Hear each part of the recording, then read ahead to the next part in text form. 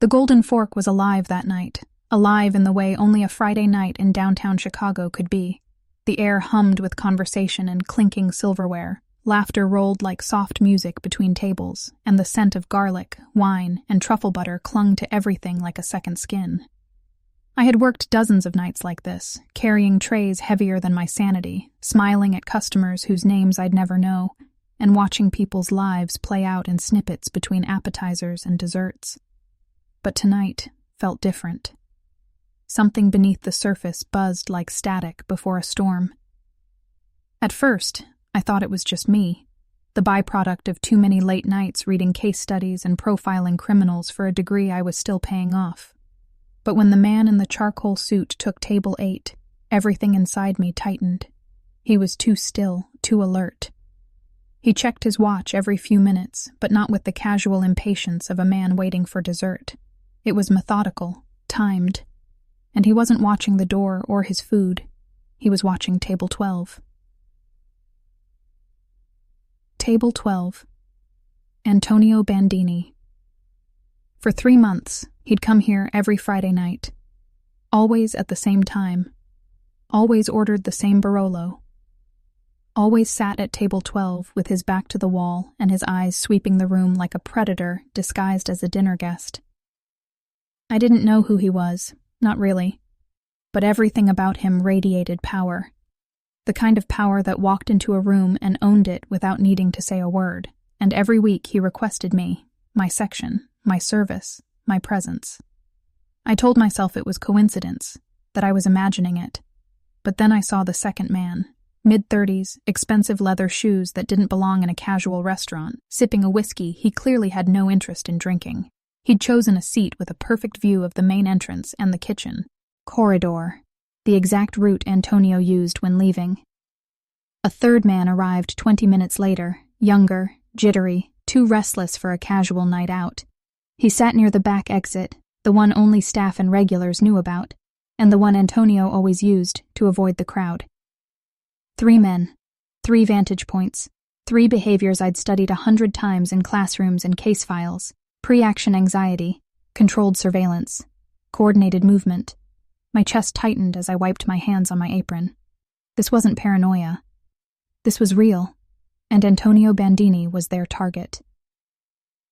"Your mysterious Italian is waiting for his wine," Carmen whispered, breaking through my thoughts as she breezed past with 4 plates balanced on her arm. I grabbed the Barolo, forcing my hands to stay steady even as my heart pounded. As I approached table 12, Antonio looked up, his storm-gray eyes scanning my face with the same precise calculation he used on the room. "Good evening, Mr. Bandini," I said, my voice calm, though adrenaline roared in my veins. "The usual, please," he replied, his accent smooth and commanding, every word a subtle order. As I poured the wine, I caught movement from the corner of my eye. Table 8's man lifted his phone, murmuring into it. I strained to catch fragments. 23:45. Back exit. Everything's in position. Ice flooded my veins. 23:45. 15 minutes. That was when Antonio always left. And everything's in position was not something people said before dessert. I set the bottle down and leaned closer under the pretense of adjusting his place setting. My voice barely above a whisper, I said the words that would change everything.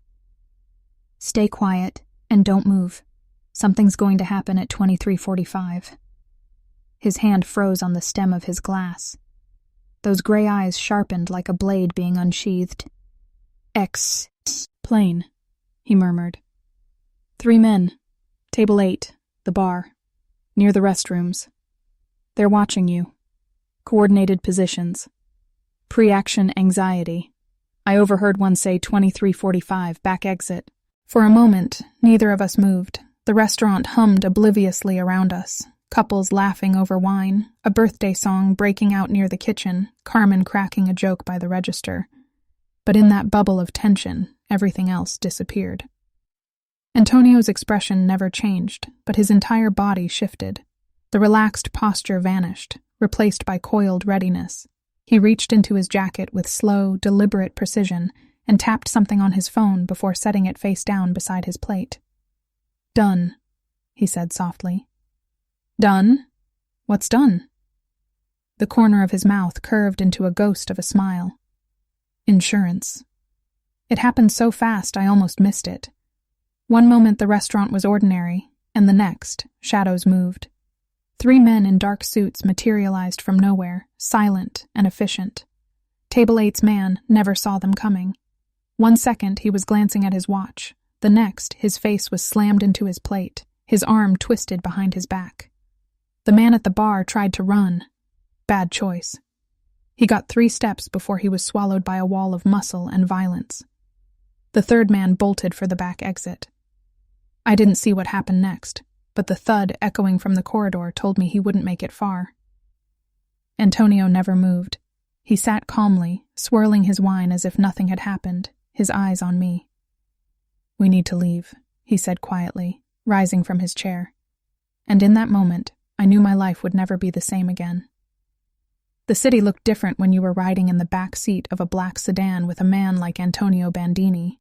Streetlights streaked past the tinted windows, and the night hummed with a low, vibrating tension that felt alive beneath my skin.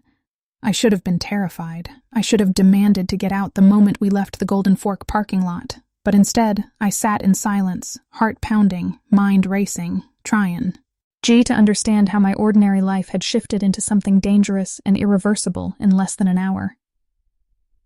Antonio hadn't said a word since we left the restaurant. He sat beside me with his phone resting loosely in his hand, his expression unreadable, his storm-gray eyes fixed on the darkness beyond the glass. Every once in a while, the screen of his phone would light up with messages he didn't bother to answer. It was as if 1,000 invisible threads were pulling him in different directions, but nothing on the outside showed it. I finally broke the silence. "Where are we going?" I asked, my voice steadier than I felt. "Somewhere safe," he said without looking at me. I swallowed hard. Safe for who? Safe for you. And by extension, safe for me. The words raised more questions than they answered, but before I could push, the sedan slowed and turned into an underground garage beneath a glass tower that seemed to scrape the stars. Armed men in dark suits waited at the entrance, their eyes scanning every shadow. No one spoke as we stepped out and walked toward a private elevator. Every instinct screamed that I should run, but my legs refused to move. The elevator doors slid open to reveal a penthouse that belonged in a magazine. Floor-to-ceiling windows framed the glittering sprawl of Chicago's skyline. The air smelled faintly of leather and expensive cologne. Everything was sleek, minimal, calculated, just like the man standing beside me. "You'll stay here tonight," Antonio said, "until we understand who was behind what happened." I took a step back. "No, I can't. I have work, a life." He turned toward me, his gaze steady and cold. "That life ended the moment you warned me." The words hit like a slap. My heart raced as I tried to process the weight of them. "I didn't save your life to become your prisoner." He walked closer, his presence pulling the air from the room. "You are not a prisoner, Elena. You're a target. They think you're working with me now. They won't stop until they're sure you're dead." The room tilted slightly. My breath caught. I had studied this scenario in textbooks, how involvement, even accidental, escalated risk exponentially. But reading about it and living it were 2 different things. A woman appeared from the hallway carrying a tray of coffee. She moved with quiet precision, her dark eyes assessing me in a single glance. "This is Sophia, my assistant," Antonio said. "She will make sure you have everything you need." Sophia offered me a polite smile that didn't reach her eyes. "There are clothes in the guest room, Miss Morrison, and I've already informed your manager that you're unwell." My head snapped toward her. "How do you know my size? How do you know where I work?" Antonio answered for her. "We do our research." The casual way he said it sent a chill through me. How long had they been watching me? And why? Later that night, I stood alone in front of the massive windows, staring at the city that suddenly felt like a world I no longer belonged to. Every sound in the hallway made me flinch. Every whisper of wind against the glass made me wonder if someone was coming to finish what had started at the restaurant. I didn't sleep. I couldn't. Instead, I replayed the night over and over, searching for the moment everything had changed. Was it when I saw the man at table 8 glance at his watch? Was it when I leaned in and whispered to Antonio to stay quiet, or had my life been quietly shifting the entire time without me noticing? The sun was just beginning to rise when Antonio appeared in the doorway, still dressed in the same suit, though the tie was gone and the top buttons of his shirt were undone. He looked different in the pale light, not softer, but more human somehow. "Did you sleep?" he asked. "Did you expect me to?" A ghost of a smile touched his lips. "No, but I hoped." He stepped closer, his eyes searching mine with a kind of intensity that felt like a challenge. "Tell me something, Elena. When you warned me last night, was it fear that made you do it? Or instinct?" "Both," I said honestly. "Fear of what might happen. Instinct, because something about those men didn't fit." "Good," he said quietly, "because from now on, instinct is the only thing that will keep you alive." Before I could respond, his phone buzzed. He glanced at the screen, and his expression shifted, sharper, colder, more dangerous. "Riccardo Torino," he said. The name was unfamiliar, but the weight it carried was not. "He's the man behind last night, and he knows your name now." The floor seemed to vanish beneath me. "This isn't over." Antonio continued, "It's just beginning. And if you want to survive, you'll have to decide which side of the line you stand on." In that moment, I understood with terrifying clarity that warning him wasn't the end of anything. It was the start of a war I never meant to fight. And whether I liked it or not, I was already on the battlefield. The morning after everything changed felt nothing like morning at all. It was as if the sun had decided to stay hidden, refusing to shine on a world that had turned upside down overnight. I stood barefoot on the cold marble floor of Antonio Bandini's penthouse, staring out at the Chicago skyline as if I could will it to make sense. But the truth was clear now.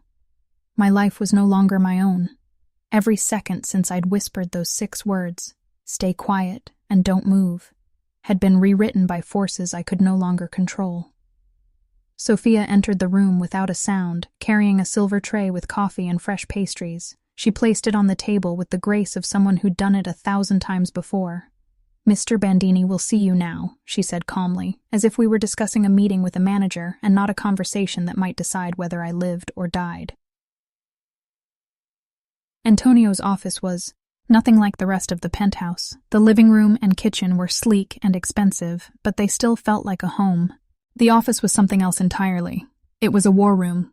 Dozens of monitors lined the walls, showing security feeds from places I didn't recognize. A map of Chicago covered an entire wall, peppered with colored markers and coded notes. Files lay open on the massive desk, each stamped with names and photographs I wasn't supposed to see. He didn't look up when I entered. His eyes stayed fixed on one of the screens, where 2 men in suits were arguing in a dimly lit warehouse. When he finally turned to me, the calm calculation in his expression sent a chill down my spine. "Sit," he said simply. I hesitated. "Are you going to tell me what's really going on?" "What's really going on is that you're alive because of what you saw last night," he replied.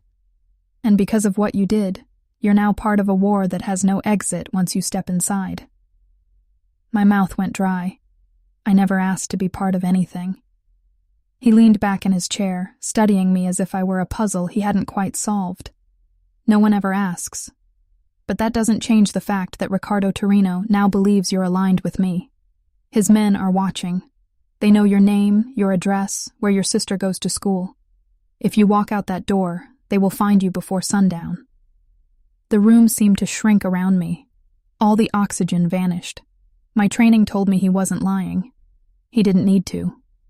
Every detail in his words rang with the cold logic of a man who dealt in life and death as casually as most people dealt with grocery lists. "What do you want from me?" I whispered. "I want you to stay alive. And to do that, you need to understand the world you've stepped into." He tapped a button on the remote, and one of the monitors shifted to a grainy black and white feed. It showed a group of men gathered around a table covered in weapons. "Riccardo Torino," Antonio said, pointing to the man at the head of the table. "He controls the South Side.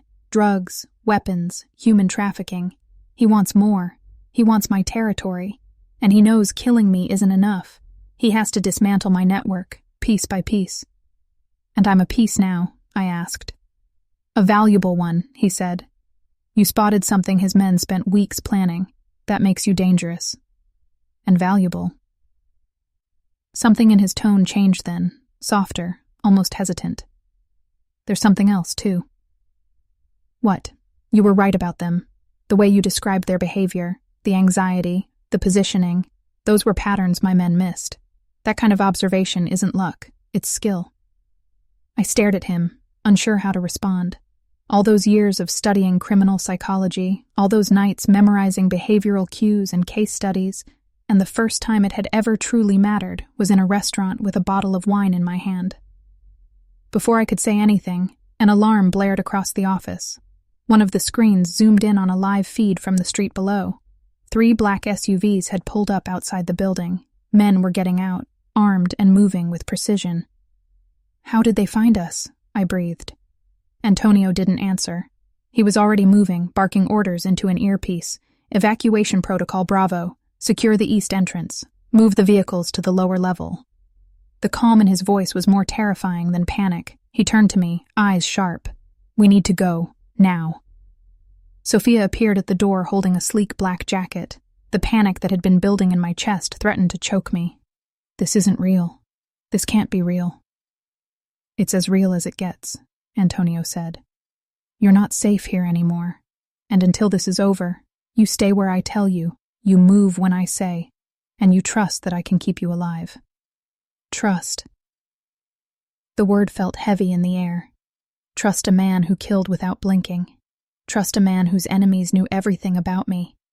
Trust a man I barely knew but who had already become the center of a storm I couldn't escape. As the elevator doors slid shut and the building shook with distant explosions, I realized the truth. This wasn't protection. It was survival. And survival meant surrendering everything I thought I knew about right and wrong. The line between them had blurred the moment I whispered those 6 words. And there was no going back. The world outside Antonio Bandini's orbit had faded into a distant memory. It had been 5 days since the attempted hit at the Golden Fork, and 3 since the armed SUVs appeared outside the penthouse. Since then, my life had been reduced to a carefully controlled routine.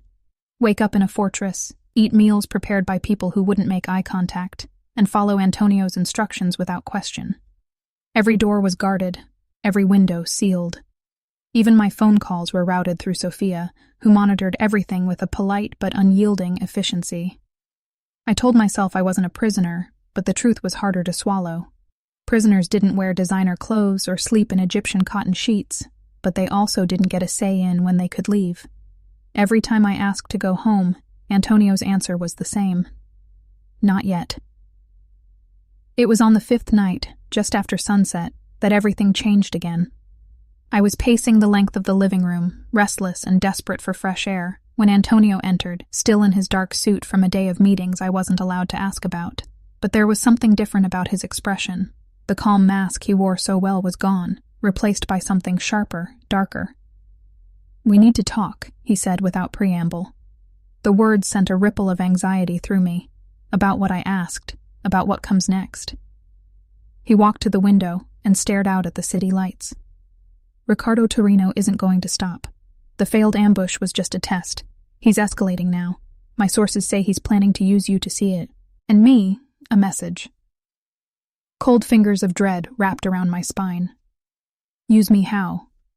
"Kidnapping is the most likely option. Torture for information. Execution as a warning." I swallowed hard, trying to process the words. My life had always been defined by logic and analysis, by theories of human behavior studied from a safe distance. But nothing about this was theoretical. If Ricardo got to me, it wouldn't be a lecture hall discussion. It would be a body bag. "So what do we do?" I asked quietly. Antonio turned to face me, and for the first time, I saw something almost human flicker in his eyes. Fear. Not for himself. For me. "We increase security. You'll be escorted everywhere. Work, home, errands. There will always be someone watching." I laughed, a hollow, bitter sound.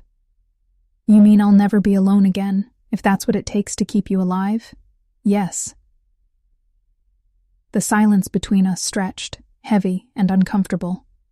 Finally, I spoke. I can't live like this, Antonio. I can't spend the rest of my life hiding behind bodyguards, waiting for someone to decide I'm not worth the trouble. He stepped closer, his presence overwhelming. You're not hiding, you're surviving, and survival requires sacrifices. Sacrifices. The word tasted like poison. It was easy for him to say. He had power, money, men who would die for him. But what did I have? A stolen life and a growing list of choices I never asked to make. The tension was shattered by a sudden buzz from Antonio's phone. He glanced at the screen, and his expression turned lethal. We have a problem. Before I could ask, Sophia appeared at the door, her face pale. There was an incident at the Golden Fork. 2 of our men are dead. The room tilted. My stomach dropped. Dead. How a bomb planted under one of the delivery vehicles. Ricardo's message. The air felt thin, impossible to breathe. Antonio's jaw tightened. This ends now. He turned to me with an intensity that pinned me in place. I need you to trust me. There's only one way to stop this. We have to hit him before he hits us. The words were cold and final, and for the first time I understood what kind of war I was standing in the middle of. This wasn't a game of strategy or a battle of intelligence. It was blood for blood. Later that night, I heard Antonio on the phone in his office, speaking Italian too quickly for me to follow. The tone told me everything I needed to know. Plans were being made, lines were being drawn, lives were about to end. I couldn't sleep. My thoughts circled endlessly. What if Ricardo wasn't the only one capable of escalating? What if Antonio's retaliation brought even more danger crashing down on both of us? The next evening, Antonio insisted on accompanying me back to the Golden Fork for the first time since the ambush. He said it was to re-establish routine, to show Ricardo he wasn't afraid. But as I walked through the familiar doors, the restaurant felt foreign, haunted. Carmen rushed to greet me, her relief genuine. Where have you been? We thought you quit. I forced a smile and muttered something about family emergencies. But my eyes were scanning the room the entire time. Every face, every hand in a pocket, every stranger who lingered too long. Antonio took his usual seat at table 12, but his posture was different now, tighter, coiled. His eyes swept the room with relentless precision, and for the first time since I met him, I saw it. Fear. Halfway through the evening, it happened. A delivery driver I didn't recognize walked through the back entrance. No uniform, no ID, just a box tucked under his arm. I moved toward him instinctively, my heart hammering. He looked up, and in that split second, I saw it. Pre-action anxiety. The same tells I'd seen before. Antonio Elena's voice cracked through the noise. The box hit the floor. Time slowed. I ran. The explosion tore through the back hallway like a roar from hell itself. Screams filled the air. Smee. Okay, billowed through the kitchen, and glass shattered as the force threw me off my feet. When the ringing in my ears subsided, I realized Antonio was beside me, his arms shielding my body from debris. Are you hurt? He asked, his voice raw. I shook my head, trembling. But something inside me had changed. This wasn't just about survival anymore. This was war. And whether I liked it or not, I was part of it now. The explosion at the Golden Fork changed everything. It was no longer a matter of who might be watching, or whether Ricardo Torino intended to escalate. He already had. The dining room I had walked through 100 times now looked like a war zone. Shattered glass glinting beneath the flicker of emergency lights, overturned tables scattered like broken bones, the acrid sting of smoke and gunpowder clinging to the air. But what haunted me most wasn't the destruction. It was the silence that followed. A silence that told me this wasn't over. It was just beginning. Antonio's men moved with ruthless efficiency, sweeping the building, securing exits, barking orders into radios. Paramedics arrived minutes later, but Antonio refused to let them near me. He insisted on checking me himself, his hands steady, but his jaw clenched tight with rage. "You're bleeding," he said, his voice barely controlled. I glanced down to see a thin line of blood snaking down my forearm, a cut from flying glass I hadn't even felt. "It's nothing," I whispered. "It's everything," he snapped. "That bomb wasn't meant to scare us. It was meant to kill you." Something cold and sharp settled in my chest. Me. Why me? Because you're the variable Ricardo can't control. You see things his people can't hide, and that terrifies him. It was the first time I realized that my presence had shifted the balance of power in a world I didn't want to belong to. I wasn't just collateral anymore. I was leverage. And levra. She was dangerous. By the time we returned to the penthouse, Antonio's fury had transformed into something far more unsettling. Calculation. He stood before a wall of maps and photographs, speaking rapid Italian into a secure phone line, his voice low and lethal. I couldn't make out every word, but I understood enough. Names, locations, orders, retaliation. Sophia appeared beside me with a glass of water, her expression unreadable. "This will escalate quickly now," she said softly. "What do you mean?" I asked. "Ricardo crossed a line tonight. In Antonio's world, that means blood will answer blood." The words made me dizzy. I had studied criminal escalation patterns, written papers about how violence spiraled once certain thresholds were crossed, but watching it unfold in real time, watching a man I had kissed and trusted plan the destruction of another human being, was something else entirely. Hours later, Antonio finally emerged from his office. His tie was gone, his sleeves rolled up, his eyes darker than I'd ever seen them. "Sit," he ordered gently, and despite everything, I obeyed. "I need you to understand what happens next," he said. "There will be no police investigation, no court case, no negotiation. Ricardo made this personal, and in my world, that means there is only one way this ends." I felt the weight of those words settle over me like a shroud. "You're going to kill him," I whispered. "I'm going to end him," Antonio replied. "And when I do, this war ends too." Before I could respond, my phone buzzed. A number I didn't recognize. I hesitated, but curiosity won. "Hello," I answered. The voice on the other end was male, accented, and ice-cold. "You think you're safe, Elena Morrison, but you're not." The line went dead. My breath caught in my throat. When I showed Antonio the call log, his expression shifted from rage to something far more terrifying. Fear. "They know your name, your number. That means they've been closer than we thought." He began issuing orders faster than I could follow. "Double the perimeter, sweep the vehicles, lock down communications." Then he turned to me, his voice suddenly soft but urgent. "We have to leave. Tonight." "Leave Chicago?" I asked, stunned. "Leave everything. Until this is over, you and I disappear." The plan was in motion before midnight. Sophia arranged new identities, travel documents, secure locations. By morning we were gone. Not just from the city, but from the lives we had known. Private jets, safe houses, every step meticulously planned.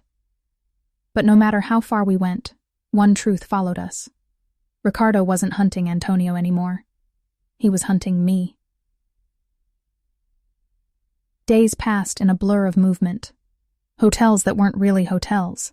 Safe houses guarded by men whose names I was never told.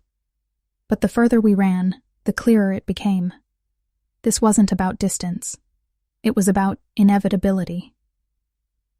It was nearly dawn when Antonio woke me in one of those anonymous safe houses, his expression grim. "We've been compromised." My heart stopped. "What do you mean, they know we're here? One of my people betrayed us." The words hit like a blow. Betrayal. The one thing Antonio had built his entire life around avoiding. If Ricardo had people inside his organization, then there was nowhere truly safe. "We're leaving now," Antonio said, grabbing a duffel bag and his gun. "The car's waiting downstairs." But as we reached the stairwell, I froze. Voices. At least 3 of them. Close. Too close. Antonio's grip tightened around my wrist. "Don't move. Don't make a sound." The footsteps grew louder, boots against concrete, coming closer with every second. Whoever they weren't here to negotiate. And as the first shadow appeared at the bottom of the stairs, I realized the truth that would define everything that came next. We weren't running we were being hunted. And this time, there might be no way out. The stairwell was silent, except for the pounding of my heartbeat. Every muscle in my body tensed as the echo of footsteps drew closer, slow and deliberate, like wolves circling prey. Antonio's grip tightened around my wrist, his voice barely a whisper against the darkness. "When I say run, don't look back." 3 shadows appeared first, then the metallic gleam of rifles under the flickering stairwell light. These weren't low-level thugs. Their movements were precise, coordinated, professional. Whoever sent them wasn't guessing where we were. They knew. That meant one thing. Someone close to Antonio had betrayed us. The first gunman turned the corner. Antonio moved before I even saw him draw his weapon. The hallway exploded in sound, the crack of suppressed gunfire swallowing the air. The first man dropped. The second ducked for cover, firing wildly, bullets tearing into the concrete inches from my head.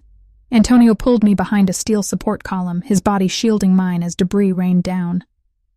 "We have to move now," he hissed. We bolted down the back corridor, weaving through a maze of service passages that twisted beneath the safe house. Every turn felt like a gamble, every corner another chance for an ambush. When we finally burst through a heavy metal door into the alley, a black SUV was already waiting, engine running. "Get in," Antonio ordered. The driver, Vincent, one of Antonio's oldest men, slammed his foot on the gas the second the doors shut. The SUV roared forward, tires screeching as bullets shattered glass behind us. I curled into the seat, every nerve burning with adrenaline. "Who betrayed us?" I asked, my voice trembling. "We don't know yet," Antonio replied. "But we will." The city blurred past in streaks of neon and shadow as we sped toward a new safe location. Antonio was silent the entire way, his jaw clenched, eyes fixed on the road ahead. I had seen him angry before, even furious. But this was different. This was personal. Whoever had betrayed him hadn't just endangered his operation. They had put me in the crosshairs. The new safe house was nothing like the previous one. It was a fortress disguised as an abandoned textile factory on the outskirts of the city, guarded by men whose eyes missed nothing. Inside, a command center buzzed with controlled chaos. Screens filled with maps, intercepted communications, surveillance footage. Sophia was already there, her usual calm gone. "We traced the breach to a communication leak," she explained. "A message was sent from one of our encrypted channels to a number connected to Ricardo's lieutenant." "Who sent it?" Antonio demanded. She hesitated. "Salvatore." The name hit like a punch to the chest. Salvatore. The man Antonio had trusted for 8 years. The man who'd once saved his life. The man who had been in the room the night I first warned Antonio. "Where is he?" Antonio asked. "Gone. Disappeared 2 hours before the ambush." Antonio's expression turned to stone. "Then we find him, and when we do, we make him talk." The next 48 hours unfolded like a nightmare. Every resource Antonio had was thrown into the hunt. Informants paid off, safe houses raided, cartel networks dismantled piece by piece. But Salvatore was a ghost, and ghosts were dangerous. By the 3rd night, the first message arrived, a video file sent to Antonio's private line. I stood beside him as he opened it, my stomach twisting. The screen flickered to life, revealing a dark room, a chair, a man tied to it, bloodied and bruised. "Do you recognize him?" a voice taunted from off-screen. Antonio's face hardened. One of our drivers. The camera panned slowly.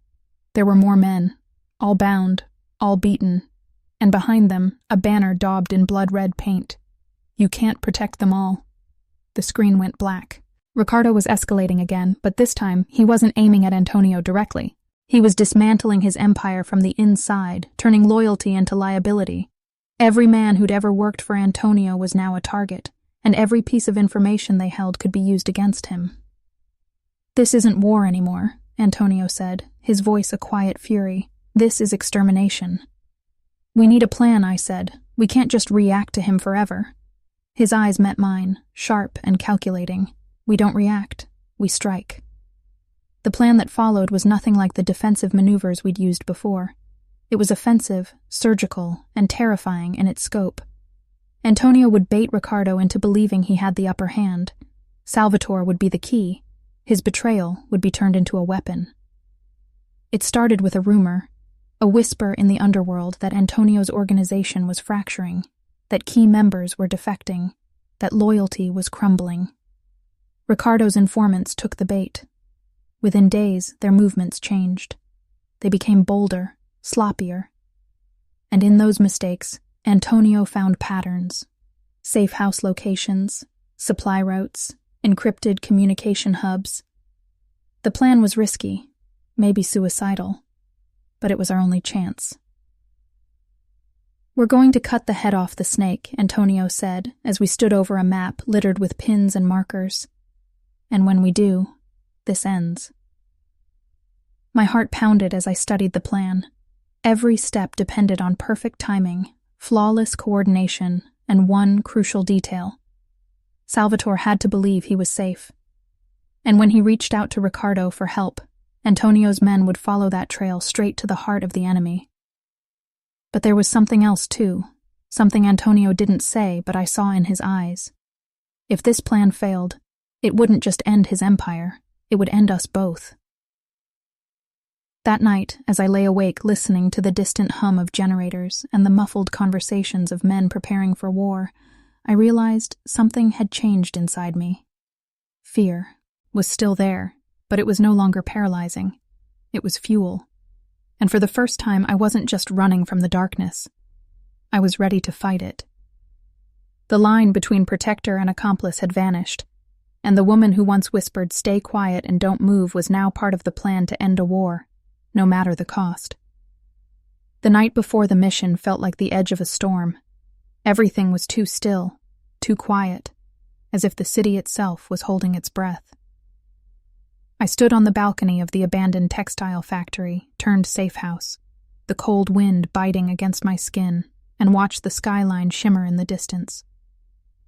Somewhere out there, Ricardo Torino was making his next move. Somewhere out there, Salvatore, the man who once swore loyalty to Antonio, was hiding behind betrayal. And by tomorrow, one of them would fall. Antonio hadn't slept in 2 days. He spent every hour pacing between screens, blueprints, intercepted calls, and strategic briefings. The plan he had built was meticulous and ruthless, designed to lure Ricardo into a trap so perfect that even the slightest mistake would trigger chaos. But it was also fragile. One wrong call, one unexpected variable, and we would be the ones buried under the wreckage. I found him in the war room just before midnight. The glow from the monitors cast sharp lines across his face, and the exhaustion in his eyes was hidden beneath steel resolve.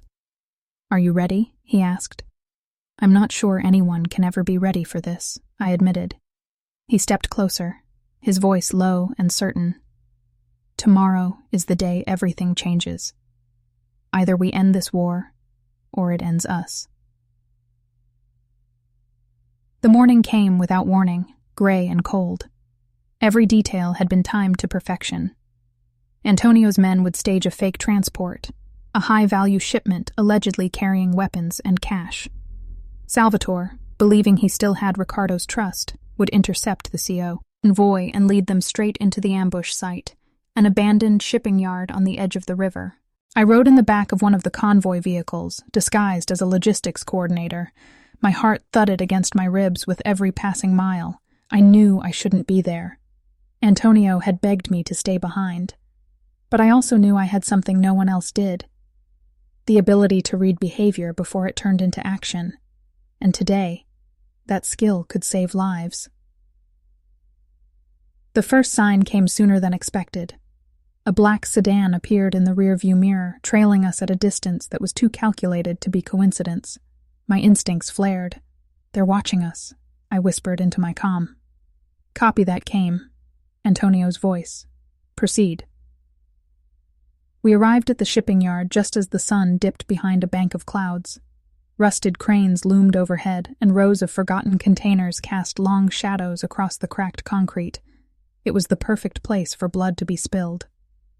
Minutes later, Salvatore appeared, flanked by men I didn't recognize.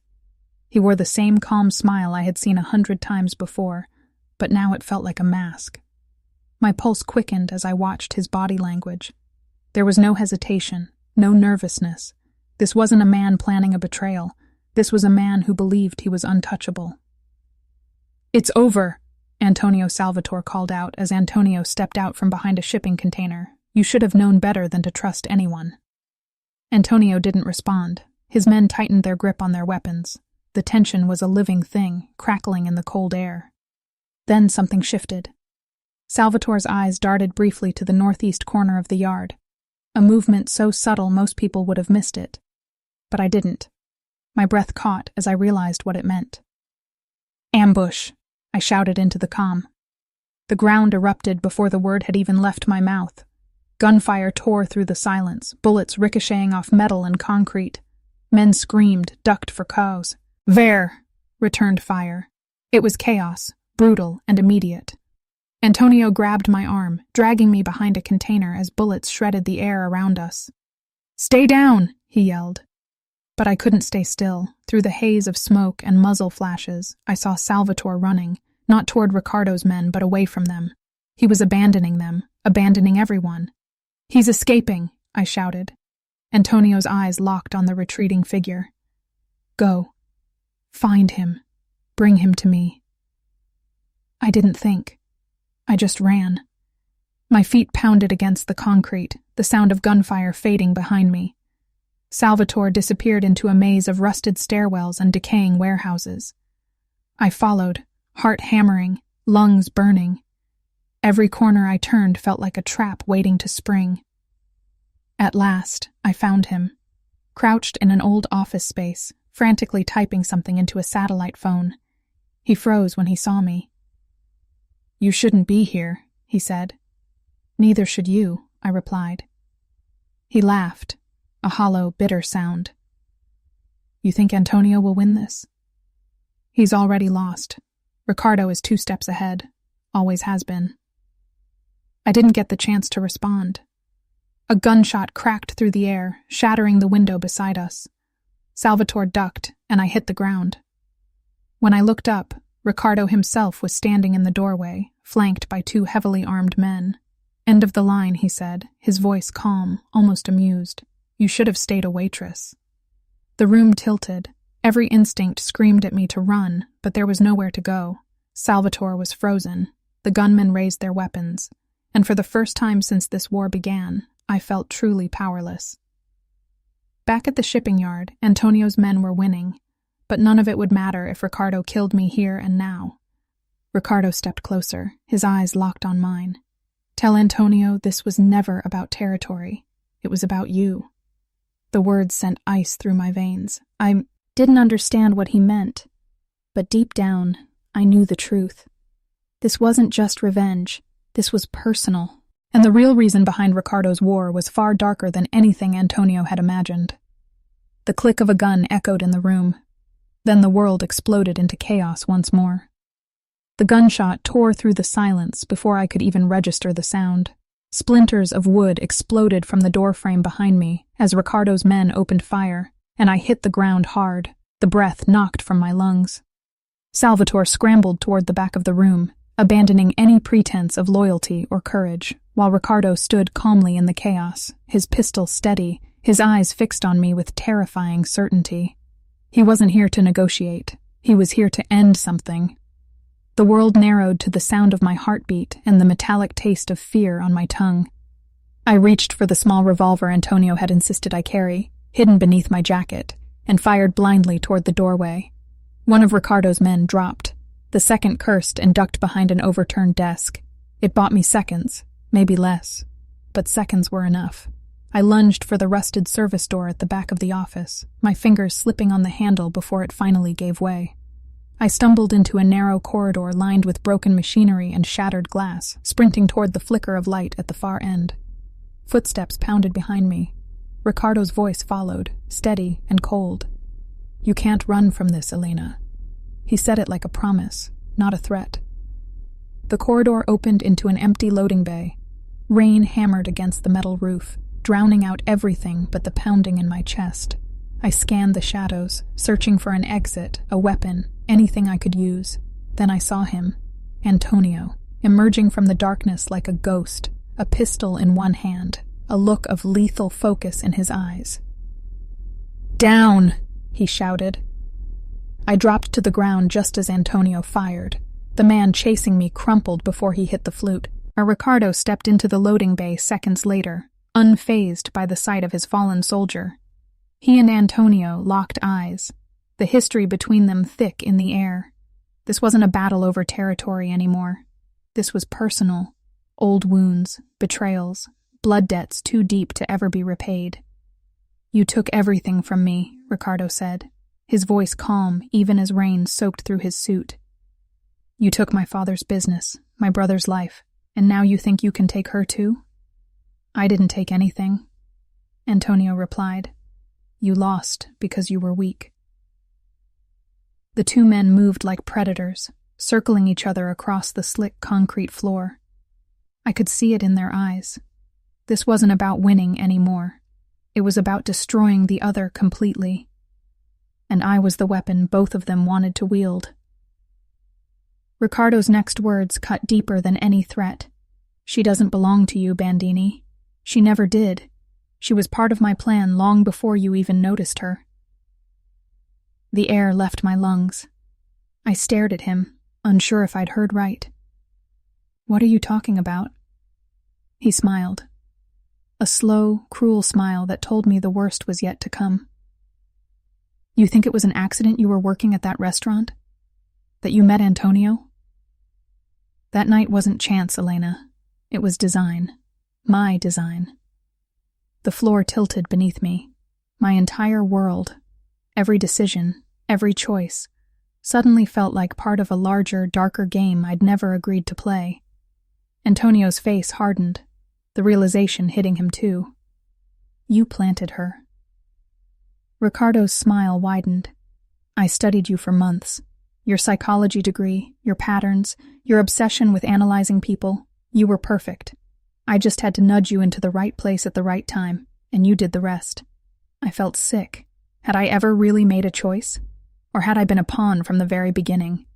Antonio's jaw tightened, rage boiling beneath the surface. "You made one mistake," he said. "You underestimated her." In a heartbeat, the fight exploded. Ricardo lunged forward, firing twice. Antonio dove behind a steel pillar, returning fire with deadly precision. Sparks erupted as bullets ricocheted off machinery. I crawled toward a fallen weapon, every nerve screaming in fear and fury. This wasn't just a war for control anymore. This was about reclaiming my own life. The battle raged around me, brutal and unrelenting. Salvatore reappeared from the shadows, gun drawn, but his hesitation cost him. Antonio's second shot dropped him before he could pull the trigger. Ricardo screamed in rage, a raw, primal sound that shook the walls. I reached the weapon just as he turned his gun toward me. Time slowed. I saw the flicker of recognition in his eyes, the moment he realized I was no longer the pawn he'd created but the variable he couldn't control. I fired. The bullet caught his shoulder, spinning him backward into a stack of crates. Antonio was on him in an instant, disarming him, pinning him to the ground. The two men struggled, blood mixing with rainwater on the floor, until finally Antonio's blade pressed against Ricardo's throat. "It's over," Antonio said, his voice low and deadly. Ricardo laughed even as blood soaked through his suit. "You think this ends with me? You have no idea what's coming." Sirens wailed in the distance. Not police, not yet, but someone else. Another player in a game we hadn't even known existed. The revelation in Ricardo's dying words hung heavy in the air. This wasn't the end. It was only the beginning of something much bigger, much more dangerous, and far more personal than either of us had imagined. And as Antonio helped me to my feet, his hand gripping mine tightly, I knew one thing with chilling certainty. Whatever was coming next, we'd face it together, even if it destroyed us both. The rain had barely stopped when the first whisper of the aftermath reached us. Ricardo Torino was dead, his blood still staining the concrete of the loading bay, but his final words refused to leave my mind. "You have no idea what's coming." They repeated over and over like a warning from the grave. We had won the battle, but victory felt hollow. The war was far from over. Antonio's men worked quickly, removing every trace of the firefight before the police could arrive. Trucks rolled in under the cover of night, bodies vanished into the darkness, and the shipping yard returned to its abandoned stillness. Yet nothing about this night felt finished. The storm had simply shifted, and now it was building somewhere else, somewhere we couldn't see. We returned to the penthouse before dawn, the city still sleeping beneath a heavy, wet fog. Antonio didn't speak during the drive. His hands gripped the steering wheel tighter than I'd ever seen, his jaw clenched like he was trying to hold the world together by sheer will. When we finally pulled into the underground garage, he turned to me, eyes shadowed and unreadable. Ricardo was not the top of the chain, he said quietly. He was a middleman. There's someone else above him. I stared at him, heart sinking. Above him? How was that possible? He looked away, as if the words tasted like poison. Because Ricardo didn't build his empire alone. He was financed by someone far more powerful, someone who never steps into the light. The idea sent a chill crawling down my spine. For months I had believed that Ricardo was the enemy, the man pulling the strings behind the chaos that had swallowed our lives. But if Antonio was right, then Ricardo had been nothing more than a pawn. And somewhere out there, the true mastermind was still moving the pieces. The following days blurred into a tense, sleepless haze. Surveillance networks were expanded, encrypted channels monitored, allies called in from across the country. Yet despite all the resources Antonio threw at the problem, we found nothing. No names, no faces, just a single code name that surfaced in intercepted communications. Lazarus. Whoever Lazarus was, they were patient. They didn't retaliate immediately. They didn't make threats. They simply waited. And that silence was more terrifying than any open war. 3 weeks later, the first sign appeared. It started small. A fire at one of Antonio's warehouses on the outskirts of Chicago. Then a shipment of weapons vanished en route from the docks. Finally, 2 of his senior lieutenants disappeared within 48 hours of each other. No bodies, no messages. Just gone. "This isn't random," I said as we studied the map of incidents spreading across the city. "It's a pattern, controlled escalation, testing your response times, your weaknesses. Whoever Lazarus is, they're studying you the same way I studied cartel behavior." Antonio nodded, his expression grim. "They're probing our defenses, and when they find the opening, they'll strike." That night, sleep refused to come. I wandered through the penthouse, restless and uneasy. Every shadow felt like an intruder. Every sound from the street below made my pulse spike. Around 3 a.m., I stepped out onto the balcony to clear my head. The city lights stretched endlessly below, but something felt wrong. Too quiet, too still. That's when I saw it. A small red dot, dancing across the glass doors of the living room, a sniper's laser. "Antonio."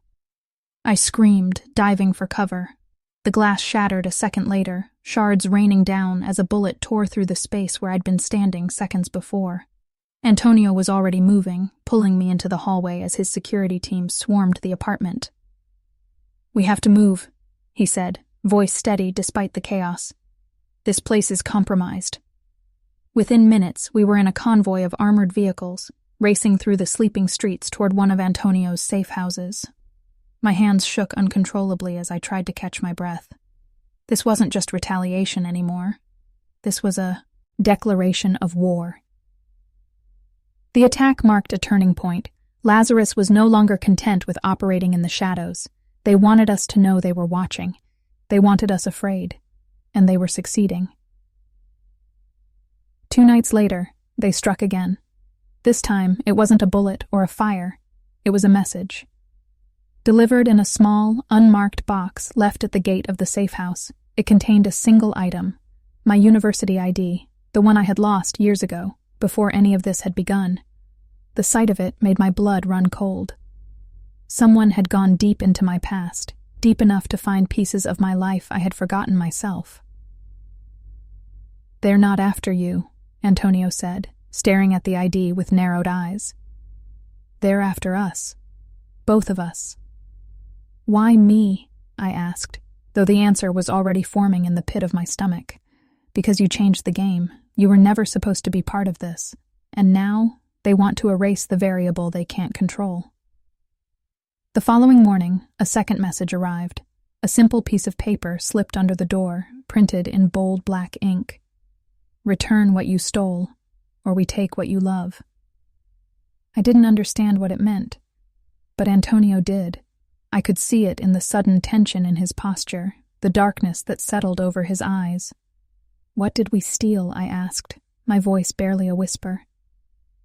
He didn't answer right away. When he finally spoke, his words were heavier than anything I'd heard before. A life, and a legacy. And then I understood. This wasn't about business or revenge anymore. It was about blood, about history, about something far more dangerous than territory or power. Ricardo had been the beginning. Lazarus was the reckoning, and whoever they were coming. Not just for Antonio's empire, but for me, for everything we'd built, for everyone we loved. And this time, survival might not be enough. The night the war finally came to us, the city was wrapped in rain and silence. The safe house was fortified, the windows sealed with bulletproof glass, the perimeter guarded by men armed to the teeth. Yet despite the layers of protection, I felt the familiar chill of danger seeping into my bones. This wasn't going to be another calculated skirmish. This was going to be an execution, and this time, the enemy wasn't coming for Antonio's empire. They were coming for our lives. We had spent weeks chasing ghosts. Lazarus left no digital trail, no fingerprints, no faces.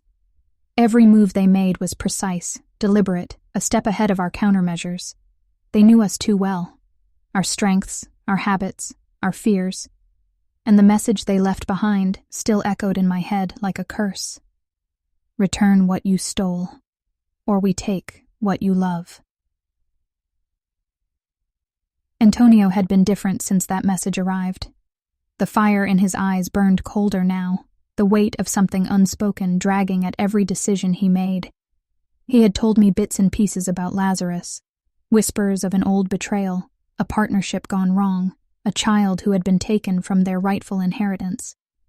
But I knew there was more, something darker, something he was still protecting me from. The truth came 2 nights before the attack. We were in his study, the storm outside rattling the windows, when he finally spoke. "Lazarus is not a man. It's a family, older than mine, older than the Bandini name itself. My father took everything from them decades ago. Their businesses, their power, their bloodline's future. They swore to erase us from history. And they think killing us will do that," I asked. "No," he said. "They want more than death. They want humiliation. They want the Bandini legacy to end with me, and they will use you to make sure of it." Those words haunted me as the first wave of the assault began. It started with a power grid, a total blackout that plunged the safe house into darkness. Then came the breach alarms, one after another, like a heartbeat speeding out of control. Antonio's men scrambled to their posts, shouting commands into radios, but deep down we all knew the truth. Lazarus wasn't testing our defenses anymore. They were tearing them apart. "Get her out," Antonio barked, grabbing my arm and shoving me toward the panic elevator. "I'm not leaving you," I shouted back. "You don't have a choice," he said. "They want you more than they want me. If they take you, they win." I stared at him, tears mixing with rain and sweat on my cheeks. "And if they kill you, I lose everything." Before he could argue, the walls shook with the force of an explosion.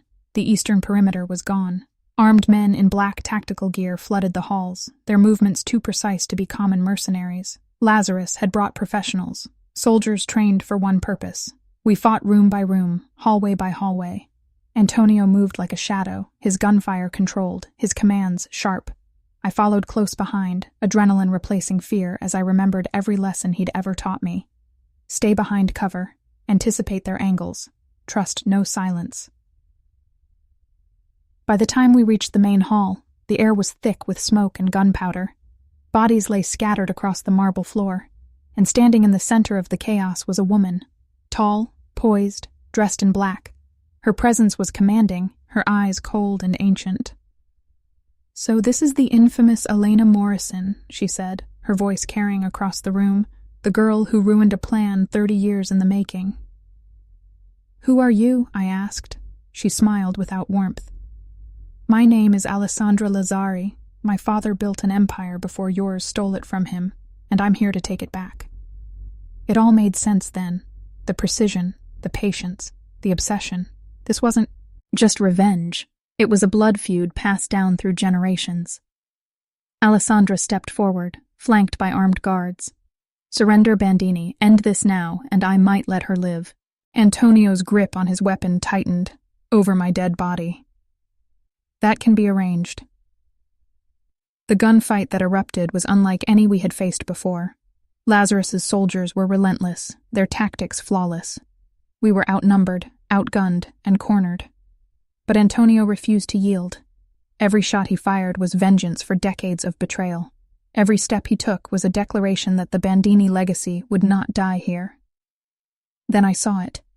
A sniper setting up on the second-floor balcony, his barrel aimed directly at Antonio's chest. Time slowed. My body moved before my mind caught up. I shoved Antonio out of the way just as the shot rang out. Pain exploded through my shoulder, white-hot and blinding, and I crashed to the ground. Antonio's roar was primal. He dropped his weapon and charged through the hail of bullets, cutting down anyone who stood in his way until he reached Alessandra. They collided in a brutal hand-to-hand struggle, rage and hatred fueling every blow. "You destroyed everything," she hissed. "No," he snarled. "I built something new." With a final surge of strength, Antonio disarmed her, pinning her against the wall as his men flooded into the room. The remaining Lazarus soldiers dropped their weapons. It was over. Days later, the world believed the Lazarus organization had been dismantled. Alessandra vanished into federal custody, their assets seized, their networks dismantled. But we both knew the truth. Power like that doesn't disappear. It waits. It rebuilds. I recovered slowly, the scar on my shoulder a permanent reminder of the night everything nearly ended. Antonio never left my side, and when he finally asked me to marry him, it wasn't with promises of safety or normalcy. It was with a simple truth. "My world is dangerous," he said. "It always will be. But it's ours." I looked into the eyes of the man who had once been a stranger at table 12. The man I had warned to stay quiet and not move. The man whose world I had entered without realizing it. And I realized I didn't want safety. I wanted us. Years later, people would speak of the Bandini legacy in whispers, the empire that survived betrayals, cartels, assassinations, and wars. They would say Antonio ruled with an iron fist. They would say his wife could read a man's soul with a single glance. And they would say their daughter, Isabella, inherited both her father's power and her mother's mind. But the truth was simpler. We were two broken people who found strength in each other, two enemies of fate who built a future out of fire and blood. And it all began with 6 words whispered on a Friday night in a crowded restaurant. "Stay quiet and don't move."